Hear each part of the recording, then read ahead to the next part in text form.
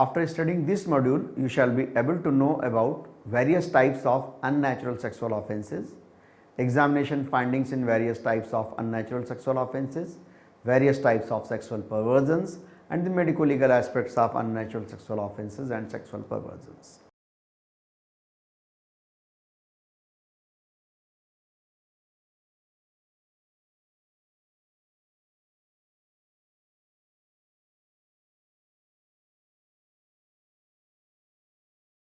I will begin with a quote from Malala Yousafzai from the Pakistan, as you know, who said, "We cannot all succeed when half of us are held back."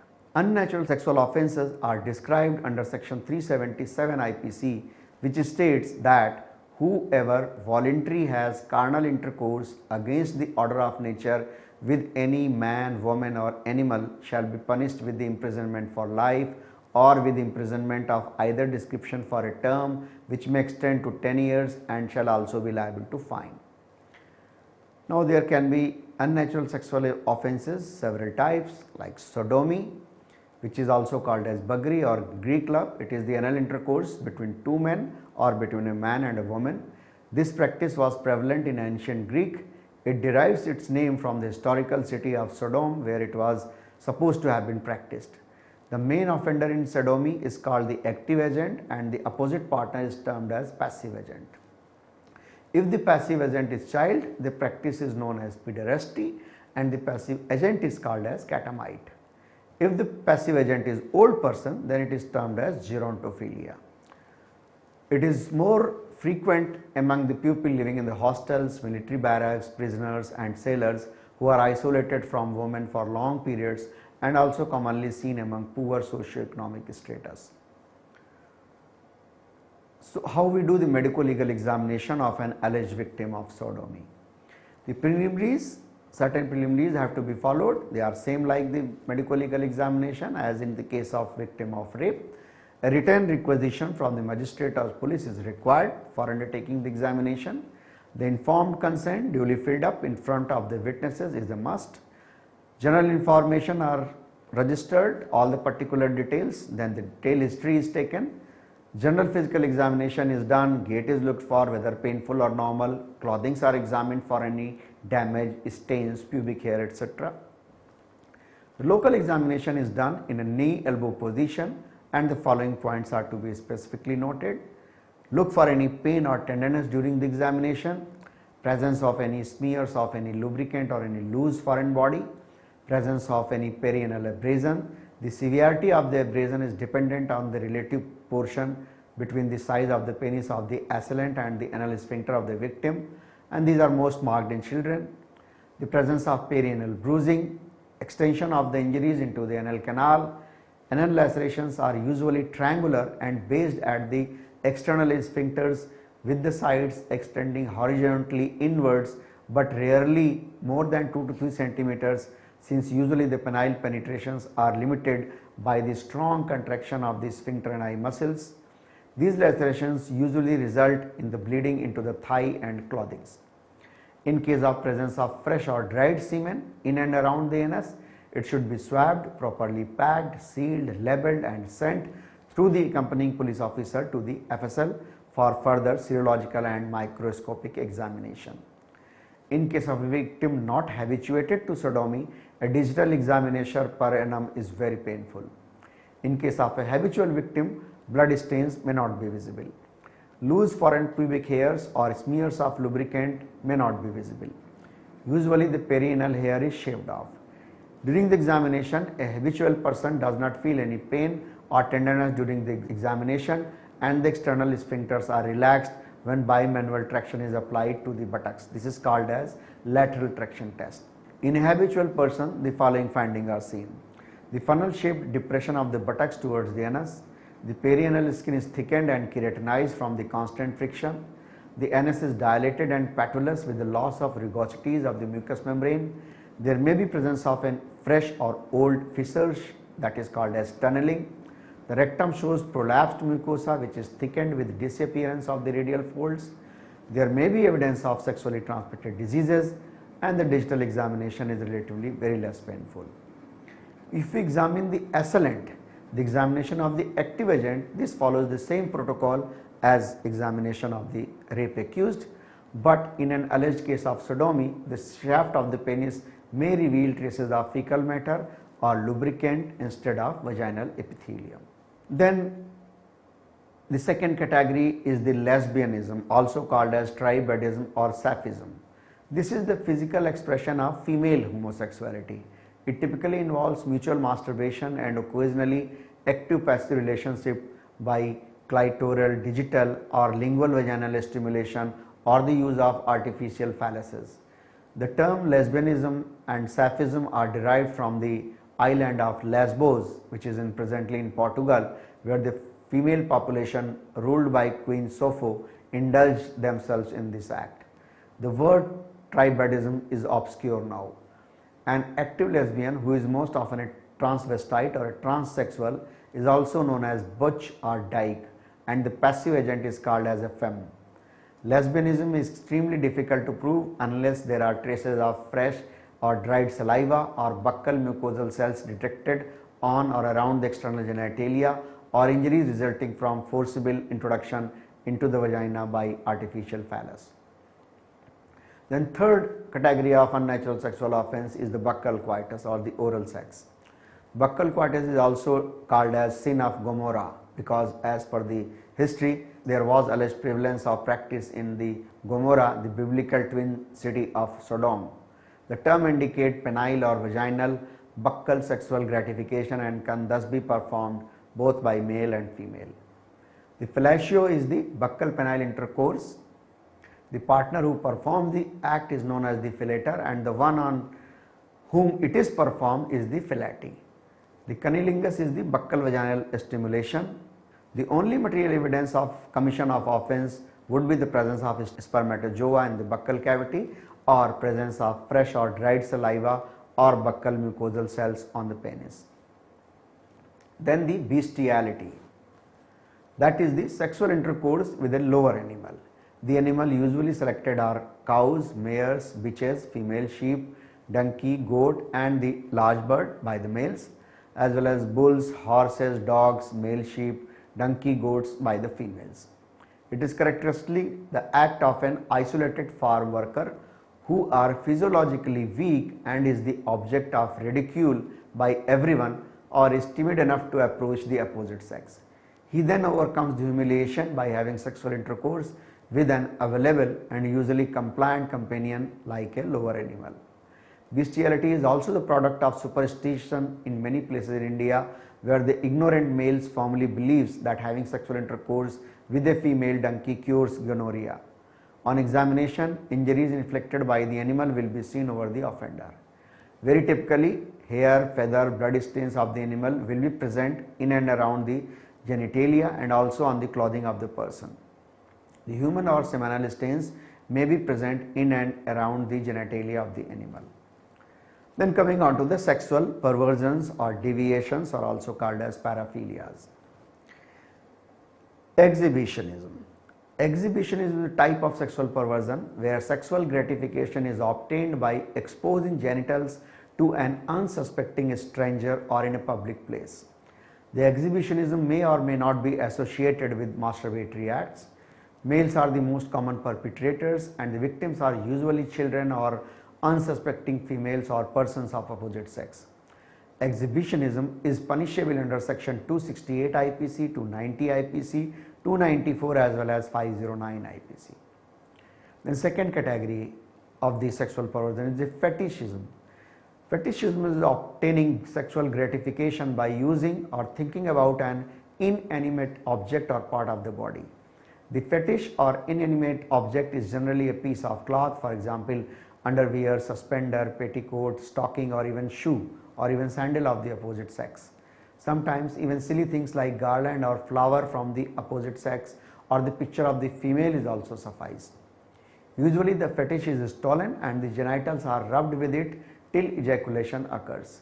Even looking at the fetish may produce the same effects. This is almost exclusively seen in males. The fetishist may commit theft or robbery or women may be attacked to get the fetish. Then the fraudurism. Fraudurism means to rub. This is obtaining sexual gratification by rubbing one's genitalia against others in crowd and public places. These are often seen with other paraphilias like voyeurism, exhibitionism. It is punishable under section 354 IPC, outraging the modesty of a woman, as well as all other IPCs described under the exhibitionism. The lust murder or erotophonophilia. It is a homicide in which the offender gets sexual gratification by killing the partner. This is considered as an extreme form of sadism. Most lust murders are males, but females are also known. It is manifested by murder during sexual intercourse, mutilation of the victim's sexual organs, cutting or stabbing of breast, lower abdomen, insertion of objects in the bodily orifices, masturbating over the dead body, and also may be associated with necrophilia and necrophagia. This is the most common among the serial killers who chose the victim with some specific trait. The offender may have periodic outbursts and his behavior may be normal in between the outbursts. The sadism. Sadism is the type of sexual perversion where sexual gratification is achieved through inflicting pain on another person. The term sadism is derived from the French author Marcus de Sade, who wrote a book on these stories where the characters suffered the same fate. Sadism is also known as elgolagnia, that the word is Greek, arose from elgos, that is pain, and lagnia means lust. They are more commonly seen in males and are often associated with masochism, and such conditions are termed as sadomasochism. Usually the sadists are sociopaths or with personality disorders. There may be associated endocrine abnormalities or early experience of brutality and sexual exploitation. The methods employed are usually beating, biting, burning the skin with cigarette, bondage, producing cuts, whipping, etc. These are generally done with a consenting masochist. But if done forcefully, then the person may be charged with section 323 to 326 in addition to the other sections. The masochism. This is also known as passive algolagnia. This is sexual gratification through receiving pain upon self by another person, usually a partner of opposite sex. This disorder is named after an Austrian novelist, Leopold von Sacher-Masoch, who suffered from this perversion. The stimulant for his work was being whipped by his wife. These are mostly found in females in all age groups and among all socioeconomic strata. The masochist gets pleasure from being abused, beaten, tortured, dominated, and humiliated by their sexual partners. A painful stimulus replaces the ordinary sexual stimulus. Both sadism and masochism are seen in combination and rarely seen in pure state. When seen in combination, it is termed as sadomasochism. Both are included under the broad entity and is to referred as BDSM, a compound acronym derived from the term bondage and discipline, dominance and submission. Such activities are not a form of sexual abuse, though some activities may appear to be violent or coercive but are conducted with consent of the all partners involved. Then voyeurism. The voyeurism refers to receiving sexual gratification by observing nude individuals without their knowledge. It is almost exclusively seen in males who seek out repetitive situations to observe unsuspecting females grooming themselves or taking bath or undressing or copulating. A male voyeur is also referred as peeping Tom, named after the legend where Tom the tailor peeped and watched Lady Godiva during her naked ride on horseback and was struck blind. The voyeur may observe the subject from a distance or use objects like camera, mirror, videos, etc. This behavior is widely spread and research shows almost 65% of the women are engaged in peeping. They do not come in conflict with law unless caught in action. This is punishable offence under section 354 CIPC with imprisonment not less than 3 years but may extend up to 7 years with fine. Then necrophilia and necrophagia. Necrophilia arose from the word necros, that is the corpse, and the philia, that is the love, means intercourse with a dead body, and necrophagia means to eat, that means eating the flesh of the dead body after sexual gratification. The synonym of the latter is anthrophagy, that is necrophagia. Usually seen in persons suffering from temporal lobe anomalies, head trauma during infancy, drugs and alcoholism, genetic sexual abuse during childhood, suppressed hostility towards females. These people may have sadistic tendencies and may mutilate the corpse after intercourse. Foul smell of decomposition or the cold skin acts as stimulants. This is punishable offence under section 297 IPC for causing indignity to any human corpse and is punishable with 1 year imprisonment or fine or both. Then mesoxpia, that is the sexual gratification by observing sex performance of other couples. Pyromania, sexual stimulation by seeing flames or seeing destruction of a building. This is considered as a psychosexual disorder. Then the transvestism. This is the sexual gratification from dressing in the clothes of opposite sex. There is often a desire to be identified with the opposite sex, also known as cross-dressing or eonism. It develops mostly in late adolescence and in the males. These are generally associated with autoerotic asphyxia, bondage or sadomasochistic behavior. Trialism. This is the intercourse with more than one partner at the same time, either 2 female and 1 male or 2 male and 1 female. Another variation of it is when a person shares his wife or girlfriend with another and observe the act from a hidden place or from the front. The uranism is a type of sexual perversion where sexual gratification is achieved by fingering, fondling, licking the genitals of the partner, as well as urinating. Urolagnia is a type of sexual perversion where sexual gratification is achieved by sight of pupil urinating. Then the masturbation, also known as onanism or autoeroticism, where sexual gratification is achieved through deliberate self-stimulation.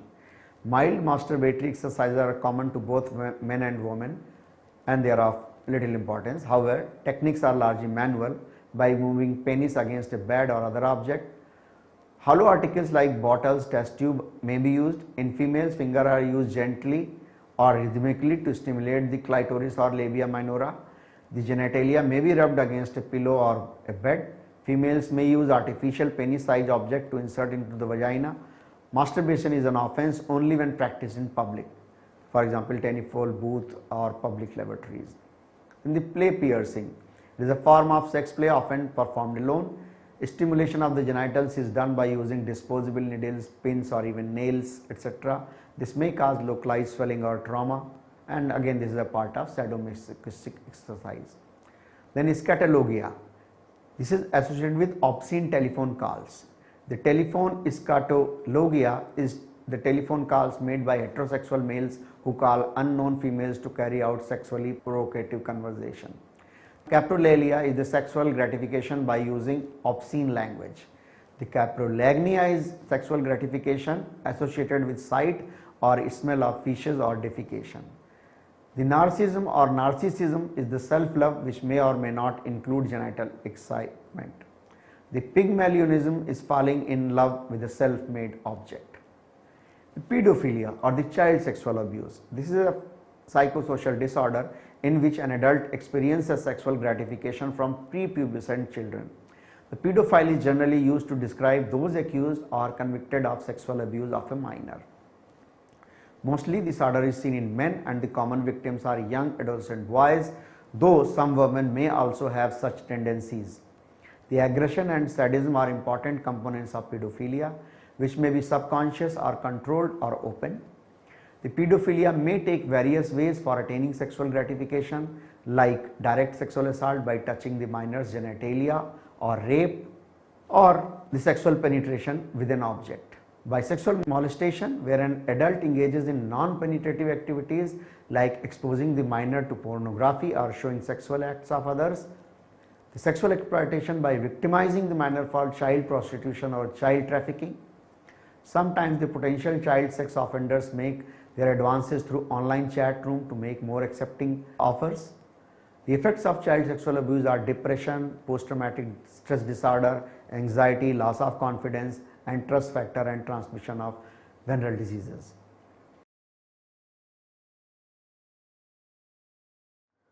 To summarize the topic, the sodomy is the anal intercourse between two men or between a man and a woman. Anal lacerations are usually triangular and based at the external sphincters with the sides extending horizontally inwards but rarely more than 2 to 3 centimeters. Lesbianism is sexual gratification by achieving mutual manipulation between two females. The buccal coitus or the oral sex is by applying mouth to the vagina or penis of the opposite sex. Both, coming on to the sexual perversions, there are 17 types of sexual perversions, out of which sadism, masochism, exhibitionism, the transvestism, the masturbation, all are common. The sadism and masochism are seen in combination. The extreme form of sexual gratification is algolagnia or the necrophilia, necrophagia, and trialism, where the person achieves gratification by seeing the persons engaging in sex, and the pedophilia, where the person achieves sexual gratification with the child.